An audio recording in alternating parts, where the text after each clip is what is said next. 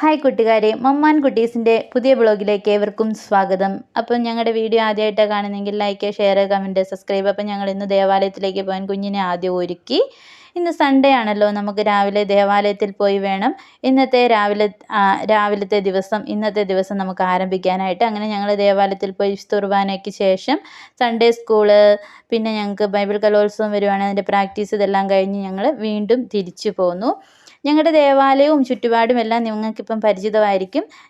ഞാനത് 2 വ്ലോഗിൽ ചെയ്തായിരുന്നല്ലോ. അപ്പോൾ തിരിച്ചു വന്ന വഴി ഞങ്ങൾ ഹോട്ടലിൽ കയറി ഭക്ഷണം വാങ്ങാൻ. എല്ലാ സൺഡേയിലും ഞങ്ങൾ പുറത്തുനിന്നാണ് ഭക്ഷണം കഴിക്കുന്നത്. കാരണം രാവിലെ ഞങ്ങൾക്ക് വെക്കാനൊന്നുമുള്ള സമയം കിട്ടത്തില്ല, ഒരുങ്ങി പോരാനുള്ള ടൈമേ കിട്ടത്തുള്ളൂ.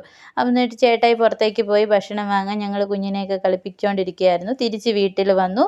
ഭക്ഷണമൊക്കെ കഴിച്ചതിന് ശേഷം ഞാൻ ചോറ് വെക്കാനായിട്ട് പോവുകയാണ്.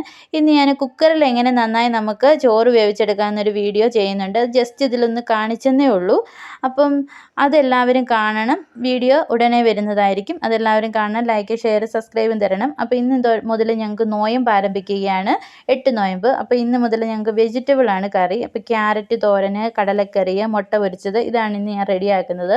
അപ്പം ഞാൻ എല്ലാം ക്ലീൻ ചെയ്യുവേ, അല്ലെങ്കിൽ പിന്നെ ബുദ്ധിമുട്ട്. അപ്പോൾ എന്ത് ചെയ്താലും അപ്പം ക്ലീൻ ചെയ്യും. അങ്ങനെ ഞങ്ങളുടെ കറികളും ചോറ് വെന്തു, ചോറിന് റെഡിയാക്കി എടുക്കണം. അങ്ങനെ കറികളൊക്കെ വെച്ച് ഞങ്ങൾ ചോറിനാൻ പോവുകയാണ്. അപ്പോൾ ഓക്കെ, ബൈ.